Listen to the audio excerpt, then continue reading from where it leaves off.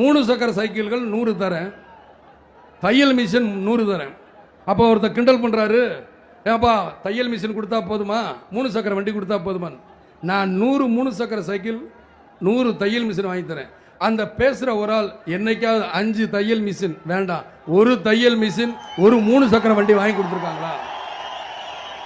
இது எனக்குள்ள ஒரு சின்ன காயம் ஏற்பட்டுச்சு. சரி,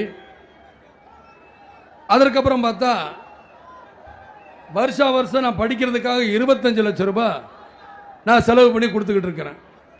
அதையும் இவங்க ஏதோ கிண்டல் பண்ணுறது. நான் கேட்பேன், எந்த அதாவது இப்போ புரிஞ்சுங்க, நான் இவ்வளோ தூரம் கொடுத்து கட்சி ஆரம்பிக்க போகிறேன்னு தெரிஞ்சதுக்கப்புறம் தான் இப்போ சில அரசியல் கட்சிகள் படிப்புக்கெல்லாம் உதவி பண்ணிக்கிட்டு இருக்கும். தயவுசெய்து எல்லாருமே நல்லா பார்த்துக்கணும். நான் புண்ணியம் பண்ணியிருக்கிறேன்.